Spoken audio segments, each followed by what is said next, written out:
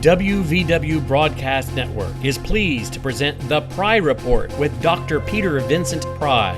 Dr. Pry was an intelligence officer with the Central Intelligence Agency and was responsible for analyzing Soviet and Russian nuclear strategy, operational plans, military doctrine, threat perceptions, and developing U.S. paradigms for strategic warning. Dr. Pry is Executive Director of the Task Force on National and Homeland Security, a congressional advisory board dedicated to achieving protection of the United States from electromagnetic pulse, cyber warfare, mass destruction terrorism, and other threats to civilian critical infrastructures. Dr. Pry has also served on the staffs of several congressional commissions. Due to his expertise, he's been a guest on numerous national and international radio and television programs, such as Life, Liberty, and Levin, with host Mark Levin on the Fox News Channel, Lou Dobbs Tonight on Fox Business, and the BBC made his book War Scare into a 2-hour TV documentary, and his book Electric Armageddon was the basis for a TV documentary by National Geographic. Dr. Pry has written numerous books on national security that include Blackout Wars, Apocalypse Unknown, Electric Armageddon, and War Scare, Russia and America on the Nuclear Brink. And now, here is your host, Dr. Peter Pry. Welcome to another edition of the Pry Report, where we'll tell you the truth always, and we'll talk about national security issues in greater depth than you're going to hear anywhere else, much greater depth on the liberal mainstream media that will usually tell you nothing, and in greater depth too than on Fox News or other conservative channels that oftentimes don't have their facts and don't have views that are that much different from the liberal mainstream media when it comes to matters like whether Iran has nuclear weapons or not. Now today, I'd like to talk about Russia. And I'd like to talk about another misconception that's out there in Washington and the West, a misconception that's held even by many conservatives, many conservative media, about the idea that if a nation is not wealthy like the United States, therefore it must be weak. And there's a lot of myth-making. I think it's psychological denial behavior that, oh, we don't have to worry about Russia because they're like Venezuela with nuclear weapons. Their weak economy means they aren't a real threat to the United States, that Russia supposedly is weak. Let's take a look at that. In effect, the theme that we're going to talk about today is about wealth, war, and peace. Is this myth that if a country is economically the strongest country, therefore it is also the militarily strongest country too? I think we'll find from history that that's not true. And speaking of history, here's a quote from Cicero, the great Roman writer and historian. Cicero, I think relevant to this. Not to know what happened before you were born is to remain forever a child, according to Cicero. And my friends, reading what the liberal mainstream media and even many conservative journals write, they are forever children, because they pay no attention to history. They have not learned the lessons of history when it comes to the question of war and peace and wealth. Does wealth really make you all that safe? Now, last year, in the fall of last year, in 2018, Russia conducted the greatest military exercise of the 21st century. In fact, it may well have been the largest military exercise in world history that was ever conducted. It was called Vostok 18, which means East 18 in Russian. Under the exercise Vostok 18, Russia mobilized 300,000 troops, 300,000, 36,000 tanks and other vehicles, 36,000. 1,000 aircraft, and 80 ships to practice World War III. They did this in the fall of 2018, Vostok 18. NATO hasn't ever conducted an exercise that big. In fact, most of NATO's exercises are tiny compared to Vostok 18. Even during the height of the Cold War, NATO rarely managed to mobilize more than 150,000 men. Since the Cold War, NATO rarely mobilizes more than 50,000 men. And then it doesn't project those forces very far. They mobilize them, they go to a local train station, but they haven't demonstrated the capability of the NATO countries to project power far beyond their borders. I think Britain, after the United States, is the country most capable of projecting power.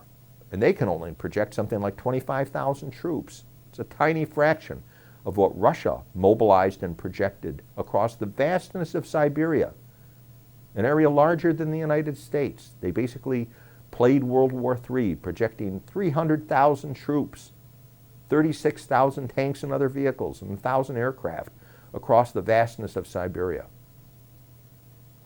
Why Siberia? Because they're trying to hide from us their plans for the invasion of NATO. They could project those troops in the other direction and overrun NATO. Russia is the most heavily armed state in the world. Russian conventional forces outnumber those of NATO in Lithuania, Latvia, Estonia, the Czech Republic, Slovakia, Hungary, Romania, Poland, Germany, Belgium, the Netherlands, Luxembourg, France, and the United Kingdom combined. Add up the forces of all those countries I just named, and Russia has a bigger army than all of them. More tanks, more troops, more airplanes than all of them. And Russia is supposed to be weak because its economy is not as good as Germany's? Please. Russia is the world's strongest nuclear superpower, having at least twice as many nuclear weapons as the United States. At least twice as many. They have a 10-to-1 advantage, at least, in tactical nuclear weapons. 10-to-1. And that's at least. You know, the United States dismantled most of its tactical nuclear weapons during the Cold War. We used to have 15,000 tactical nuclear weapons, and it's down to fewer than 200 now. You know, the Russians have at least 2,000 tactical nuclear weapons versus fewer than 200 for the United States. There are some estimates that the Russians have at least 7,000 tactical nuclear weapons. That would give them a 35-to-1 advantage in nuclear weapons over the United States. And now we're finding out that they cheated on the START treaties, and they may have twice as many strategic nuclear weapons as we have. 3,000 against 1,500 for the United States. And the quality of those nuclear weapons, both their strategic and tactical nuclear weapons, are far more advanced than those of the United States. Their nuclear weapons, their nuclear warheads and their delivery systems are new. They're new. We don't have any counterparts to some of these things. They're designed for special effects like EMP and neutron radiation. They're clean. They generate very little fallout. So they've got, in addition to the numerical advantage in their nuclear weapons, they've got a huge technological lead. How did they get that lead? Well, it seems that recently the chief of the Defense Intelligence Agency said that Russia has been cheating on the Comprehensive Test Ban Treaty for almost 30 years. So they've got a 30-year lead over the United States in developing nuclear weapons of advanced technology. And Russia is supposed to be weak because it has an economy that is inferior to ours, with these huge advantages in their army and their tanks and their air forces and their nuclear weapons and their technology. Again, it doesn't make any sense. Russia probably has the world's most advanced offensive cyber warfare capabilities, rivaled only by China. You know, during the Obama administration, it was briefly reported by the New York Times and Washington Post that Russia used cyber warfare to shut down the Pentagon's Joint Chiefs of Staff computer system for about 2 weeks. And Russian cyber weapons invaded the White House, too. That was only briefly reported in mainstream liberal press, and nobody seems to have appreciated the implications of that. So here in this advanced new way of warfare, using cyber warfare, we weren't able to defend ourselves against them. And I'm unaware of any offensive U.S. cyber operations that have been successful against Russia or China. So they can shut down the computers of the Joint Chiefs of Staff and in the White House for a couple of weeks, and Russia is supposed to be weak. No, that's not consistent with the facts either. Many Western elites, too many of the Western elites, most of them in Washington, ignore these facts that I've been describing to you. These analysts and policymakers cling to Russia's economic problems like a security blanket to reassure themselves that Russia is weak, and they belittle Russian military power because the Russian economy is weak. And basically, they protect themselves from the nightmare of this looming Russian military threat hiding behind a weak Russian economy, as if that answers everything. The U.S. and allies, focused on creating wealth and prosperity for their people, imprudently equate real military power with economic power, confident in the U.S. arsenal of democracy. Consequently, the Western press is capable of proliferating such stupid articles as these. One article, for example, by Newsweek says why Russia is really weak. It's because of the weak Russian economy. Another article by the Washington Post, why Russia is far less threatening than it seems. Another article, Russia's deceptively weak military, by the National Interest. And even the National Review published a stupid article, Russia and Vladimir Putin are weak. The Financial Times published an article, Russia's renewed might rests on weak economic foundations. So you see that idea is everywhere, this myth that, oh, the Russian economy is weak, so ignore all these other facts about Russia's military strength. Such analysis, and I put quotes around that, analysis, is security blanket fantasy, masquerading as realism, and it's reminiscent of denial behavior by Western elites before World War II.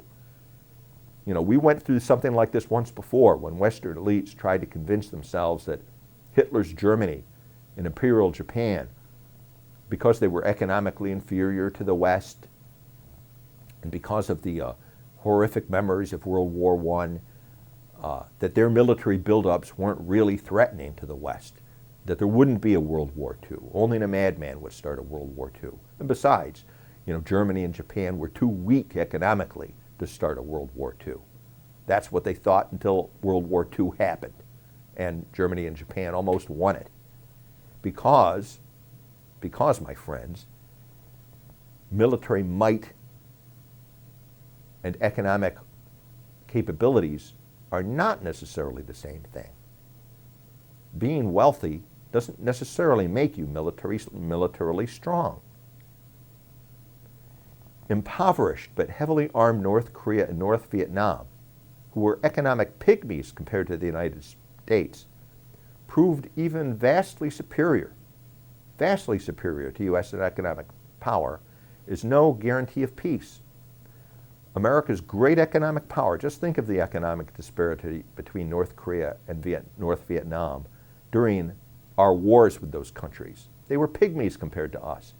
And yet, we didn't win those wars. Our vastly superior economy did not automatically translate into military superiority and victory. Leadership and willpower, strategy and tactics, quantity and quality of forces, technological and operational surprise can be far more important than wealth in warfare. Far more important than wealth in warfare. If Russia is a nuclear-armed trailer park, as derided by some, their poverty makes them more dangerous, not less.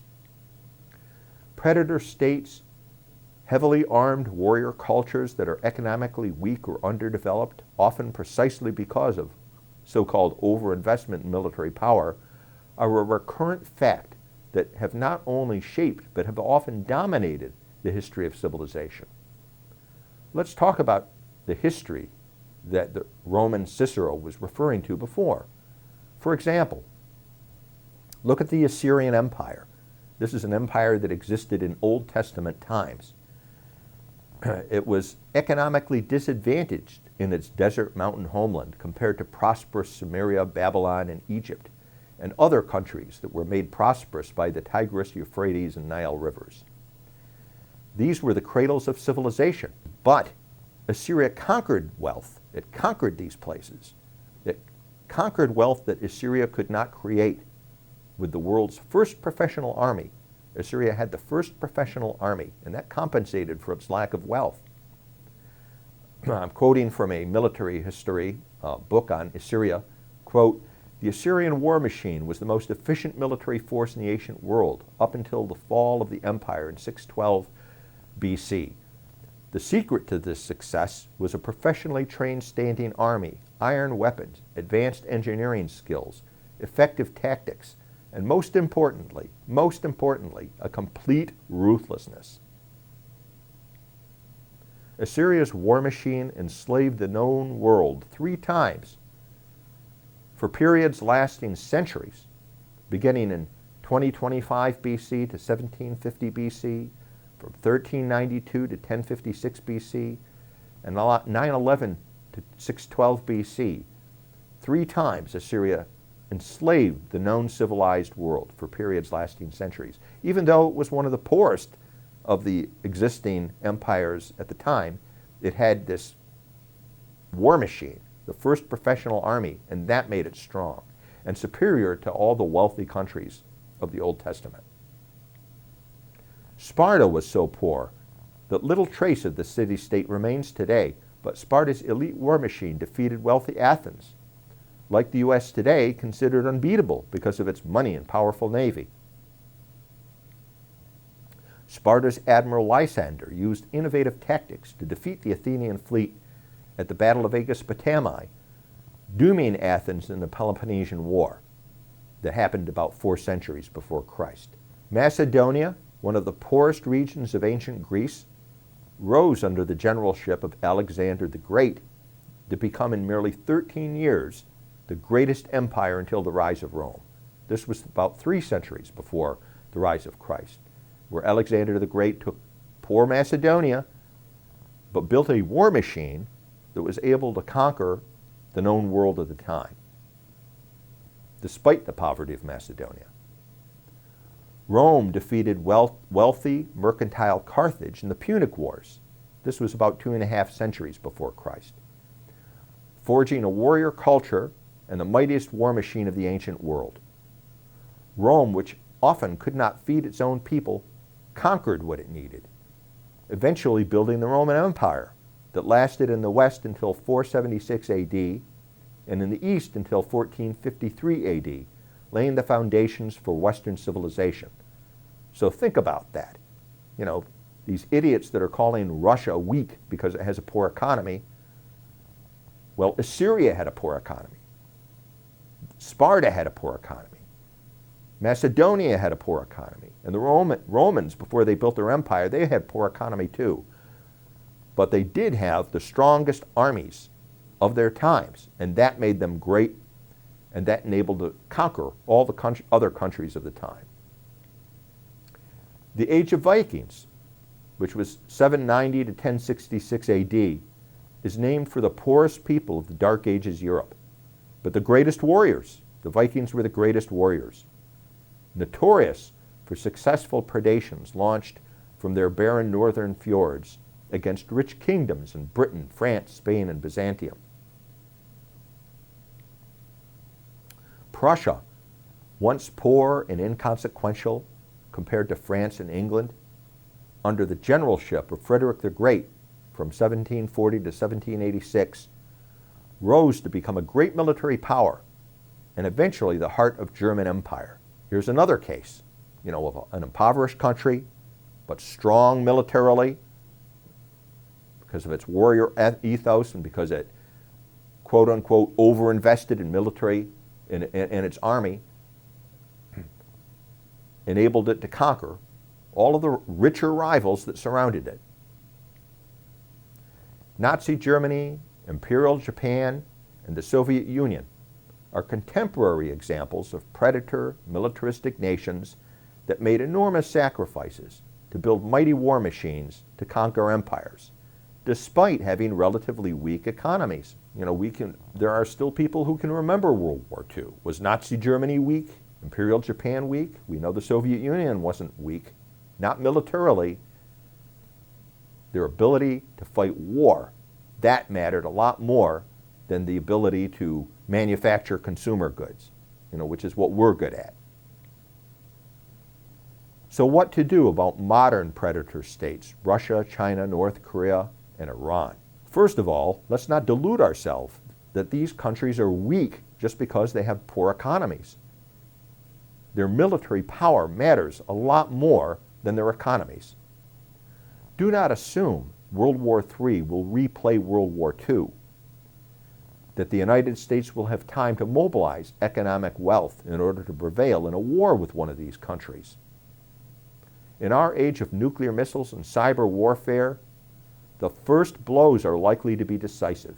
In our age of nuclear missiles and cyber warfare, the first blows are likely to be decisive. So if you're starting off with huge military advantages in traditional military power and new military power like cyber warfare, the bad guys are likely to win if we're not prepared to fight them, despite our greater wealth. U.S. vulnerability to electromagnetic pulse and cyber warfare invites a Vostok 18 for real. One of the things I found most interesting about Russia's Vostok 18 exercise is that about a month or two before they had the exercise, which was highly publicized, we discovered that there were Russian cyber attacks being made against our electric grids and other critical infrastructures, but especially against the electric grids.